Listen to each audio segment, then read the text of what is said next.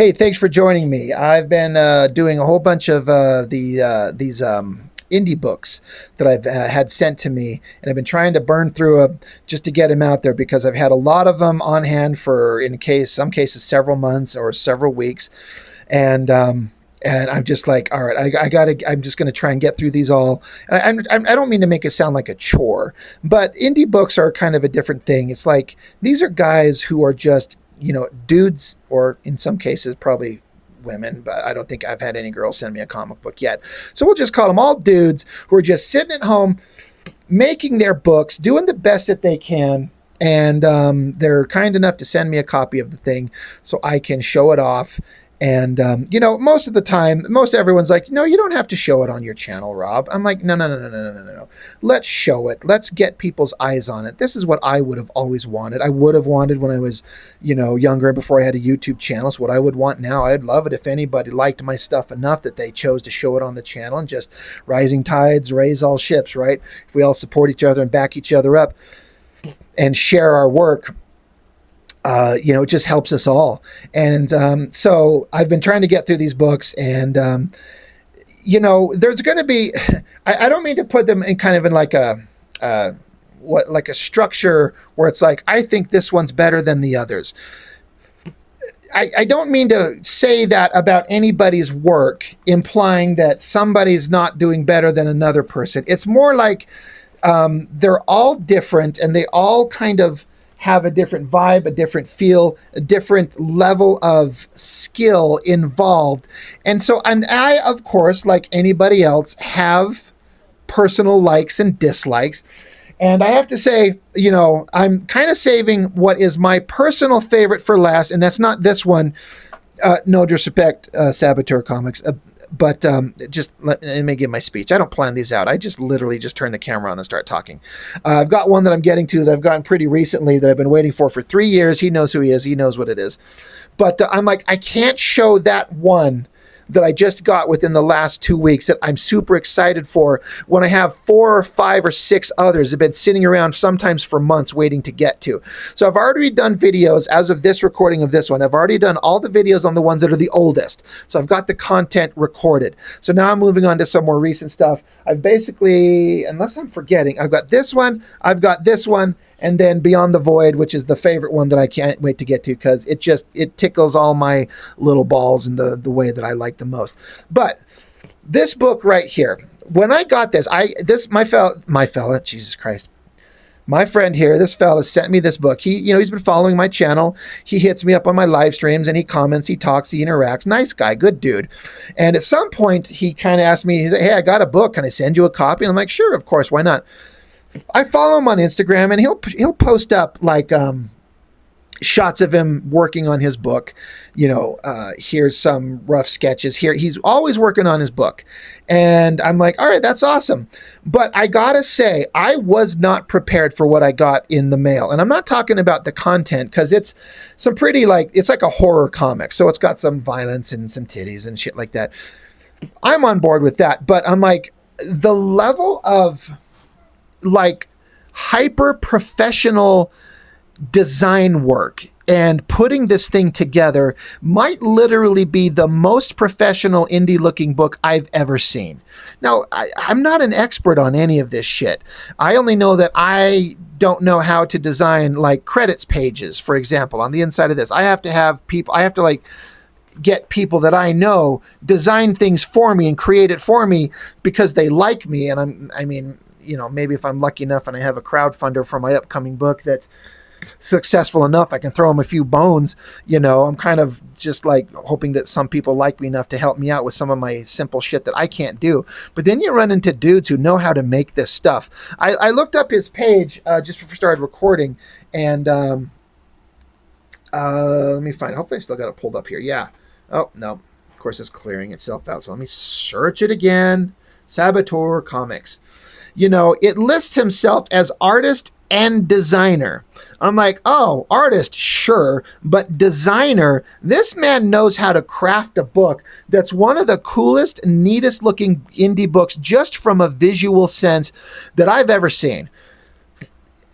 it's one of the most, like, when I pulled it out, I was like, when I got it from him in the mail, I pulled it out of the envelope. I'm like, holy shit, this looks so good. I've got this board in here because there is a centerfold in here that I really wish to God that I could show you, but it's got some titties on it, and I got in trouble for doing that, and I can't afford to get another ban because YouTube could get pissy, and if they kill my channel, it's just going to be the worst thing. I would just die after all this time that I put into it. But so I got this book, and then he sends me this awesome, pardon my hiccup, like a, it got ripped too. The tape kind of got stuck on it and ripped it. But, you know, this awesome image in here. He says, "Hey, Rob, enjoy your show and watching a craft comic. Here's my book, Tommy's Little Horror." Yeah, Tommy's the little horror tale that some may not like. Hope you enjoy, Charlie.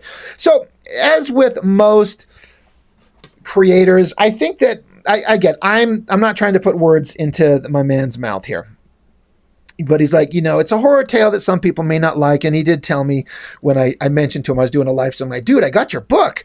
It looks incredible. He's like, yeah, I mean, it may not be something. It may be something you don't like. I feel like there's a little bit of humility. It's like I made a book, and then it's kind of nerve-wracking to put it out there and see if anybody, you know, like they're going to look at it and go, oh my God, this shit fucking sucks. No, this is one of the best looking books I have ever seen. And it's a double cover. Let me flip that out there. And I can't begin to explain the weirdness of this cover. Again, you got these images here, but it's got kind of like a faded quality to it. This crayon imagery, like drawn on top of it. Creepy, weird, interesting, brilliant. It's so different. And obviously well drawn, and then the design of everything. I love it reminds me of like a old school Marvel Comics thing, like Marvel Comics group at the top, echoes of like old classic comics, and then great design. Butcher and Kitchen, Tommy's Meat Market. I'm like, adults only, you know, but just from a starting point, like what a fantastic looking thing. And then when I opened it up, it's grayscale, so I like that. Again, I'm kind of unsure with YouTube here, so I'm trying to be cautious. So I'm not trying to hide the art, but Manager's Special. So, you know, it's got the credits in it, everything. And then one thing I was kind of surprised at, like contributors. So there's like three pinups inside this book. Astor Dennison, I don't know who that is, but that's the guy that did the centerfold, the centerpiece that I can show you half of it, but I can't show you the big other image. It's creepy, it's weird, it's some fantastic art. There's a pinup from Omer Garcia. I know that dude. He's awesome. He's got a pin up in the back. We'll look at that there. And then I failed to notice until just right now before I started recording that Melo Marrero, I know this guy. He's an incredible painter. And he's got a pin up in here. So the creator here gathered together a bunch of great artists to do some pinups in his book, which, I mean, that's what you want to do, right? You want to have some awesome stuff shown. So, and now you get into his art. It's kind of a cartoony style, but it works. It's got a stylistic look. It's kind of angular, but great backgrounds, great details everywhere. I love the grayscale of. And then the other thing that kind of interested me, as soon as I picked it up and I touched it, this is on newsprint, and it's very thin newsprint. And it's an interesting choice because newsprint historically people would always look at as that's the cheap junk paper. And in terms of paper quality, it's a very cheap. I mean, I don't know if it's cheap anymore to get things printed like this because it's not widely used. So if you want to get newsprint, sometimes you have to pay a little bit more to get the cheap bullshit paper. But you do it because you like the feel of old style, old comics.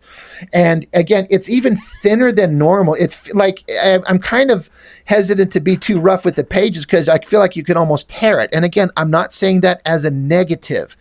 Just like it's just an interesting choice that he wanted to make to have it feel like an old comic. The story's set in 1976, so like 50 years ago.